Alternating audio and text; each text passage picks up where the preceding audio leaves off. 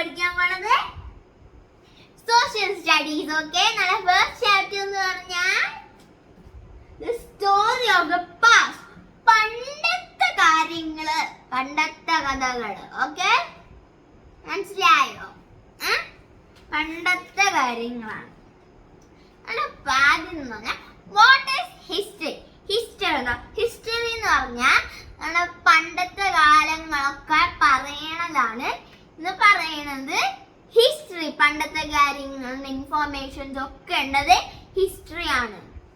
Okay, what is it? History tell us about the events took places in the past. പണ്ടത്തെ ആൾക്കാർ എന്തൊക്കെ use ചെയ്തെന്ന് പറഞ്ഞുതരും. It is a record of past events arranged in sequential or chronological order. Okay, people who study are called historian. It's important, very important.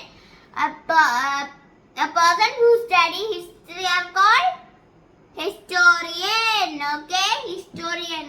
Okay, understood, friends? Why do we study history? നമ്മൾ എന്തിനാ history പഠിക്കണേ?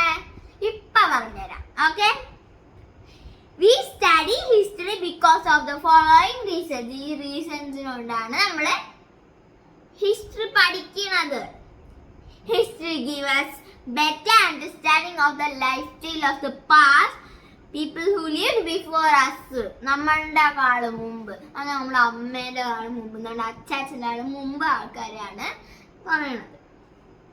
What they ate, അവരെന്താ കഴിച്ചത്, അവരെന്താ ഇട്ടത്, അവരെവിടെ നിന്നത്, ഏത് വീട്ടിലാ നിന്നത്. Okay, the study of the past help understand better present. A study of the past helps in the present better. Okay, നാളെ ഹിസ്റ്ററി പഠിച്ചാൽ നമുക്ക് പണ്ടത്തെ കാര്യങ്ങൾ നന്നായിട്ട് മനസ്സിലാവും. History helps us to understand why certain events take places in the world today.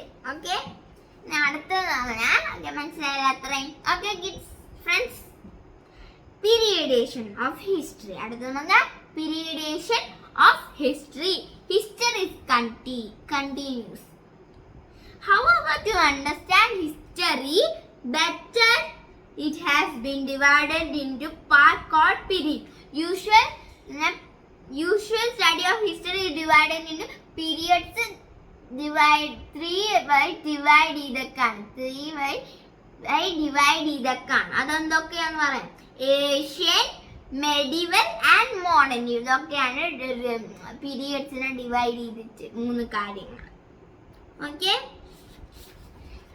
അടുത്തത് പറയാം source of history. There are different kind of material that provides information about the past. പണ്ടത്തെ കാര്യങ്ങളൊക്കെ പറയും, ഇൻഫോർമേഷൻ. ഇപ്പൊ നമുക്കൊക്കെ വാട്സപ്പ്, അങ്ങനെ കുറെ Instagram, അങ്ങനെ കുറെ. പണ്ട് കാലത്ത് അതൊന്നും ഉണ്ടാകുന്നത്. ഇപ്പൊ പണ്ട് ആൾക്കാർ എന്തൊക്കെ ചെയ്യുന്നറിയോ? ഈ ലെറ്ററിൽ എഴുതിയിട്ട് ഇൻഫോർമേഷൻ കൊടുക്കും ആൾക്കാർ. ഇതൊക്കെ നമുക്ക് ഈ വാട്സപ്പ് ഒക്കെ ടൈപ്പ് ചെയ്യാൻ ഹെൽപ്പ് ചെയ്യല്ലോ. അപ്പൊ കാലത്തൊന്നും ഉണ്ടാകുന്നില്ല. ഓക്കെ, അപ്പൊ കാലത്തൊന്നും ഉണ്ടാകുന്നില്ല. അപ്പൊ അവര് ലെറ്ററിൽ എഴുതിയിട്ടാണ് ഇൻഫോർമേഷൻ എഴുതുക. പാം ലീഫ് അങ്ങനെയൊക്കെ ഇൻഫോർമേഷൻ കൊടുക്കും. Okay, there are called source of history. ഇപ്പൊ ഞാൻ പറഞ്ഞത് പാസ്റ്റ് കാര്യം. there are called source of history. Source of history can be divided into 2. Source of history divided into 2. There are literary sources and archaeological sources. Okay, let's revise it a little bit.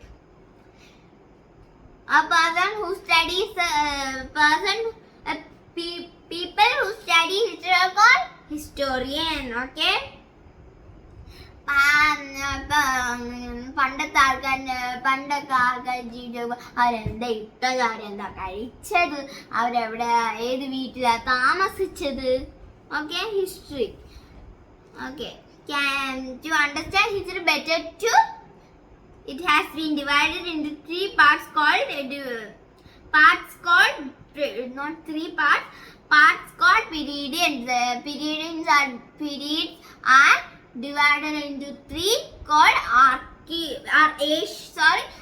ancient, medieval and modern. Okay, and source of history that provides you information about the past, they are called source of history.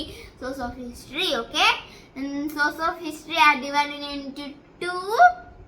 They are called